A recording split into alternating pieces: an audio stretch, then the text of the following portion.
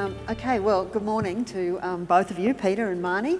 I think we heard a lot in the Treasurer's address this morning. I thought we might spend a bit of time reflecting on some of his announcements, despite some uncertain economic conditions. And what we've heard is big decisions around payments, digital banking, digital economy, scams, cyber risk. I might just start with you, Peter. How are you thinking about some of the things that the Treasurer has just outlined?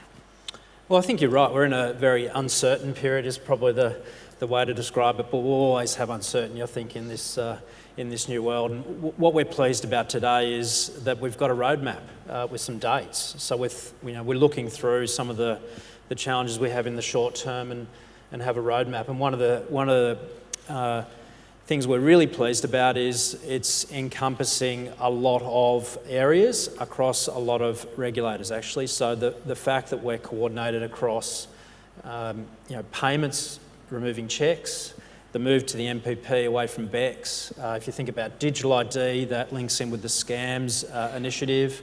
If we think about consumer data right, that's been a bit slow off the mark. So again, it's good to have that in the plan. And so that's the best thing for business, is give us certainty, give us a long-term roadmap, and we can build towards it. So I'm very encouraged. I think we've really stepped back and looked at how we remove some of the items that have been built on top of. If we think about MPP, it's great, it's real time, it's safer, but we're still maintaining the BECS system. We're still maintaining checks. So for the productivity of the banks and the economy, having a direction and moving that way is fantastic. So I'm encouraged. We, as the Treasurer said, we didn't align on everything, but I think what we've got is a really good roadmap to take the country and the system forward. Marnie, initial reactions? Look, I agree with Peter. I think certainty is always very helpful, and I think I can speak a little bit on behalf of the mid-tier and the smaller banks from an investment perspective. It makes it a lot clearer in relation to where you do need to place your investment, and I'm really pleased also that there's been quite a bit of thinking, obviously, within government in relation to what is actually going to benefit consumers as well. So seem to be very customer focused. Now, we do recognise that this does mean change for some people, but some of the information or some of the figures that the Treasurer just outlined, especially in relation to things like cheques, for example, and the number of people that are not using cheques now, really sort of does give that impetus to make some of these changes. As you said, Marnie, this is change. For some people, that will be harder than for others. How do you see banks supporting the transition away from cheques? Yeah, well, it was something that was coming because cheques have been in decline now for many years, and so it was something we do need to address. It has become, very costly, and that cost is then borne by our customers. But we do need to remember that there are some people who are still using cheques, and perhaps, some of the more elderly or the more vulnerable, or even in more remote areas within Australia. So, I was pleased to hear about the transition here, because I know within our own organisation, as I expect within the other banks, have been helping their customers to transition away from cheques. But the timeline that has been put in place by the Treasurer allows you to work with your customers to ensure that they aren't left behind. Peter, the phase out of BECS and a move towards, pretty much a single payment system, what can that mean in real terms, do you think, from a customer perspective, a business perspective? Well, probably the biggest one is one of the issues we have with the BECS system is you can't check the name of the account you're transferring to. And a few other banks have put in ways to check it, but it's not 100% check. So the big thing about moving to MPP is whether it's an email address or a mobile phone, you actually can check who you're transferring the money to. So that's one of the biggest issues we have in the way that you move money around, and BEX, which is the old system, you can't do it. So that I would argue that by itself, when you think about the link to scams and consumers, is why we should do it. It is a big change though, so we will need all corporates, as well as the banks, as well as consumers, to get themselves on MPP, get themselves a pay ID, mobile, email, and solve a few issues along the way. So it is a big change, but I think we need to get there. And it's one of the ways that we move to the digital economy just more broadly. It's obviously faster. The more scale you get on these platforms, it brings down the cost of payments. So I think there's a lot of benefits in moving that way. And maybe one of the things that's less understood is that now most, not all, but most or the majority of transfers from an account to an account, me sending you money, you sending money to your kids, etc., is actually done on the new payments platform. What's still sitting on the BEX platform are the big bulk payments like payroll, social security, superannuation. And so that will mean that every big payroll and social security and others will have to transition onto the new platform. I haven't read all of the government's strategy that they've released this morning, but they've indicated in there that I think it's that they would like to see that happen within a 5-year time frame. Do you think that's realistic, that can be done by then or sooner? I think the technique here is you set an end date and you work backwards now. And certainly I think we can. We've got to get to a point though where everyone understands their change impact. 5 years is a long time in the digital economy, frankly, and most people will be looking at how they can improve their payments as well. Because don't forget, the other thing about the MPP is you can move more information on a payment both ways. So there are benefits in terms of information that you move around, as well as the transfer of value as well. I think that's really important, Peter, because the Treasurer also spoke quite a bit around innovation and productivity and getting onto a new platform and away from some of this older technology means that more, people can innovate on top of that as well. So that's only going to be good for consumers. So I understand that while the Treasurer was addressing us this morning, the Assistant Treasurer, Stephen Jones, was addressing another forum outlining some of the government's thinking on the next phases of the consumer data right. And he's indicated that a couple of things. Firstly, that they are wanting to bed down those sectors where it's already operating, and that other than they'll continue to go forward with non-bank lenders, but they won't be going beyond that into other sectors of the economy until they've bedded that down in these sectors, including banking, and also that they don't anticipate needing more time to think through the security issues of action initiation, which is the next proposed phase of consumer data right, and that they don't anticipate being able to move on that for at least another 2 years. So I just thought in that context it might be interesting to hear from both of you, and I might start with you, Marnie. How have you seen the uptake of CDR by customers, and how is your bank using it, given you're still relatively new on the platform? But and are relatively new on the platform. Look, the uptake hasn't been high, and I think that's not only in our organisation but across the board. And I think Peter's had some comments to make previously about this, so I'm sure that he'll have something to say. I think the intent is right, but I do think sometimes you can get ahead of where consumers and what they're sort of ready for. And so in the grand scheme of things, I do agree that CDR is where we do need to go, but I think probably in the grand scheme of things of where investment needs to be placed today, if we think about frauds and scams and cyber, etc., I think there's some compelling reasons for placing more of our investment into some of those things that are going to have direct customer benefit at this point in time. Peter, you did make some comments about the uptake of CDR earlier this year. Has anything changed in Well, I'll give customer our sponsors a plug. So there's an essential book on your table. There's a really interesting chart about the uptake of CDR. And what you'll see is the percentage is well below 1%. So I think, it's been built now. I think the right thing is to let's get some value out of what has been built. So use the transfer of data. Let's see if we can get the uptake up so it becomes a valuable asset. It's not quite a valuable asset at this point. So I agree with that. We just get it working.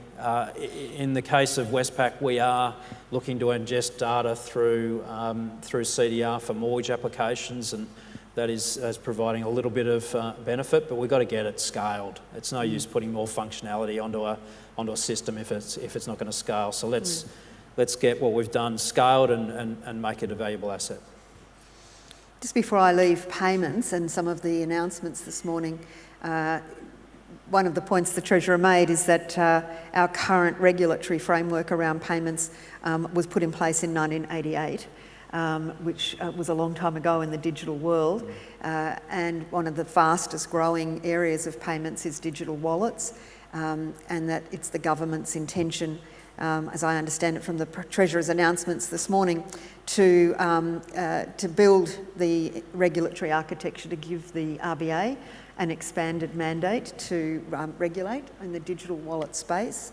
And I'd be interested in your views about how you're seeing the growth of digital wallets with your customers and how you think we might need to think about regulating in that space. I think it makes sense. I think, we heard the policy objective this morning, in particular for low-cost payments for business, least cost routing, how we deal with the interchange and whatnot. So I think it makes sense that we regulate all payments mechanisms equally, and that's what I think I heard today in terms of the announcement. And if you look at the number of people that don't take their wallet anymore because the bank is in their pocket, it's on their phone. So the phone is becoming the bank, and the wallet, if we think about the wallet, particularly on the Apple phones, is a capability that is great, provides great consumer experiences and service, but it is not regulated by the country, and I think it should be.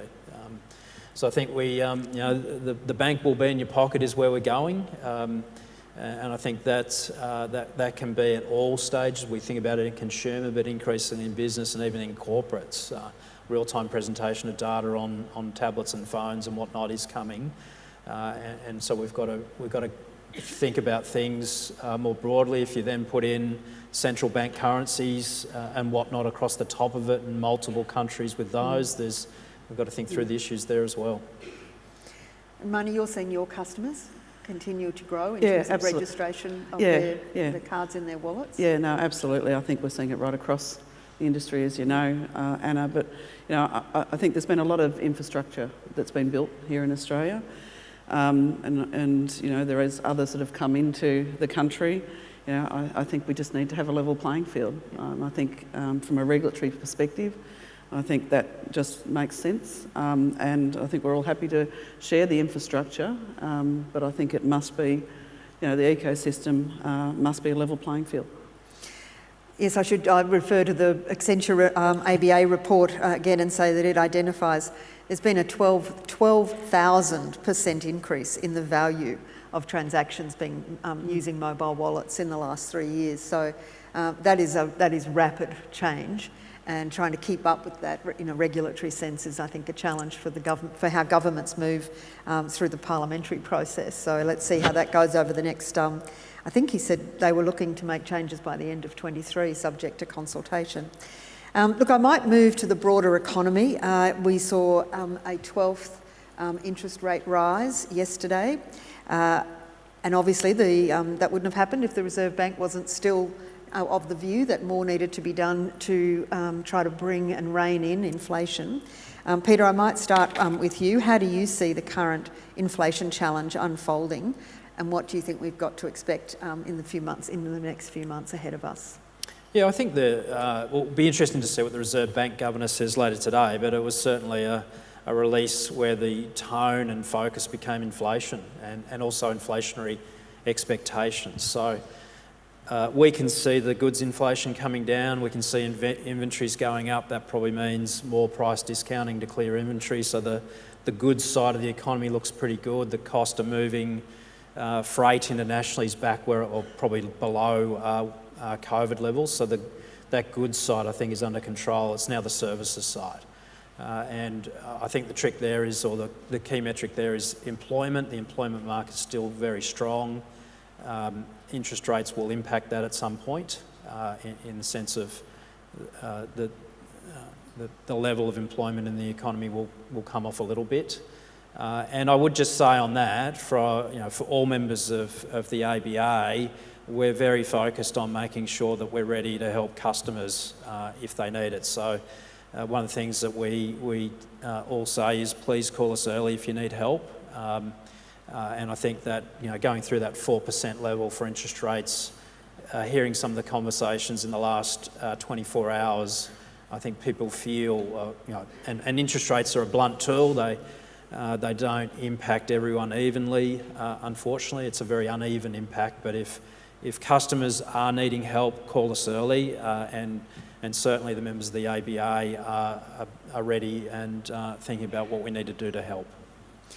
Just on that note, Marnie, what are you starting to see in your customers, and what's your mortgage book looking like? If we have, as you know, a very strong culture in Australia of people paying their mortgage and then tightening their belt on everything else.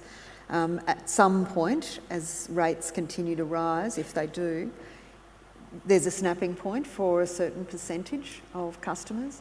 What are you seeing, and how do you see not just what you're seeing now, but how are you thinking about what you might be seeing by Christmas? Yeah, and like at the moment, we haven't seen much of a change from, say, even 6 months ago. But you're right about the fact that there's a number of rate changes that have yet to fully come through the system, and so they're not necessarily being felt by borrowers yet. So, like Peter said, we're all sitting there, we're ready with teams to assist customers and borrowers as they need us. But within our own organisation, we've kept very close to our borrowers, just making sure, because it will be around the edges. We know within our own bank, 84% of our borrowers have buffers, still have buffers in place, financial buffers in place. So it will be around the edges where we'll start to see it. Employment's very key, like Peter said. If people are employed and they're earning an income, even if they do get into tighter circumstances, can work with their bank in an arrangement, to make sure that they can actually get through those tougher times. But it's, there's a little bit still to play out, and depending on what happens with any future decisions by the Reserve Bank as well. But we are standing here ready to assist should any borrower need us. So please, again, it's something we have been saying, isn't it, the ABA, please contact your bank, because your bank is there to help you. We are about keeping people in their houses, not kicking people out of their houses. And Peter, Marnie's saying at this stage not seeing any significant shift in arrears, defaults, increased applications for hardship. Are you starting to see any of that in your book? We saw in the last 6 months to March, we did see an increase in the early stage delinquencies. Not all of it's rolling into 90-day delinquencies. So what, the 30-day missing 30 days one payment? So, but what we are seeing is more customers ringing our hardship lines to have a chat. So I think they're definitely reading and thinking about higher interest rates, reading the paper, and they're calling for a chat. So we're seeing a lot more chats in our hardship lines. It's not translating into actual hardship arrangements at this point, but certainly a lot more people are really testing the waters, wanting to understand what's available, but not pushing the button on "I need help." Okay, interesting. We've, on looking beyond our shores and beyond your mortgage book, we've seen some dramatic events internationally. When it comes to banking, particularly in the US and Switzerland. How do you think about those developments in the context of Australian banking? And if you had a crystal ball, how do you think global regulators and perhaps some of our own regulators, who we're going to hear from very soon, might be thinking about the regulatory framework given those failures? Yeah, well, I think in the case of SVB, it really was banking 101. It was a mismatch in interest rates in the way that you have deposits and invest long, and they didn't have enough liquidity that was mark to market, basically. And when they went to sell the liquids, they created a loss and destroyed their capital base.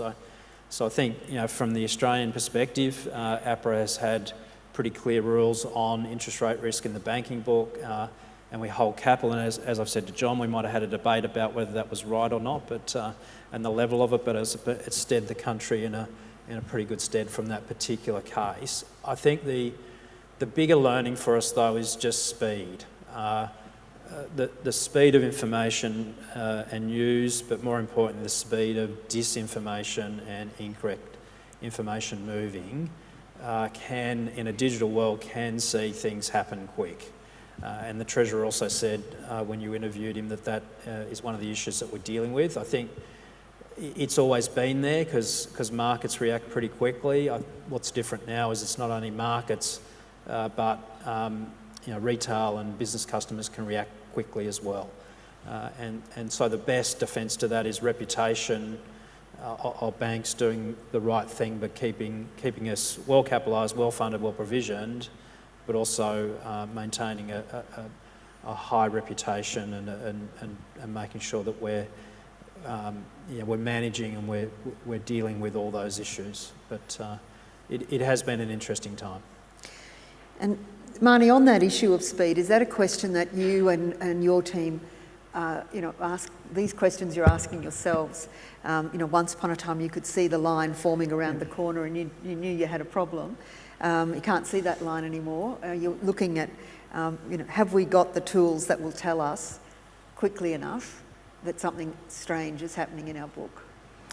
Yeah, well, I lived through, and the bank was a building society at the time, so it was Bendigo Building Society, so I lived through the pyramid crisis in Victoria, and so I've had a lived experience of what it's like to see when there is a run, on a bank, and misinformation too sometimes.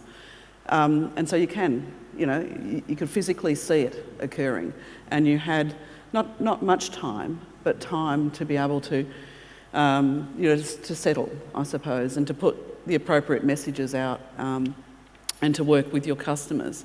It's a different world now, it really is. And in a digital sense, that is the worry, because it's the misinformation that may sort of come up in the market that could cause something like that to occur. And yes, it's absolutely a conversation that we have within our own organisation, and I expect within other organisations, ensuring that you do have things in place that will give you an indication or triggers to say, is something sort of going on here, so that you can try and address that early. But it is a completely different world than what I remember, over 30 years ago. When we saw something happen in Victoria, which was around building societies at the time. Yeah. We're almost out of time, but I do want to ask just one last question, and that is, as we've seen more and more customers move, at increasing rates into the world of digital banking, obviously the safety and security of digital banking becomes more and more of an issue. We've seen a rapid escalation of scams, not only here in Australia but around the world, particularly in the last 18 months to 2 years. The recent ACCC report indicated that 66% of all money lost to scams is lost through investment scheme scams. And Peter, I wonder if that's what you're seeing in your bank and how you think about, what we could be doing, what could be done more. Scams generally, and you talked a little bit about being able to confirm the payee NPP if we move completely to that system. But that probably won't fix investment scams because, dodgy investment companies, their name will match their bank account because they want you to send the money to it. So how do you think about that issue? Well, I think the two big ones are email compromise and investment scams. And certainly it's an ecosystem. So it starts with where are people getting the information from on the investment, and often it's on a digital platform, so we've got to do work there. We've got to educate customers more. If it's too good to be true, it's not true. That's help customers understand on investments that not everything is good. We are doing everything we can in terms of how we think about AML, CTF controls, know your customer, creating customer accounts. As you said, we've encouraged people to use the NPP because you can check the name of the bank account. We've also put in Westpac Verify, which allows that on the BEX system at the moment. It's pretty good. It's stopped a lot of fraud.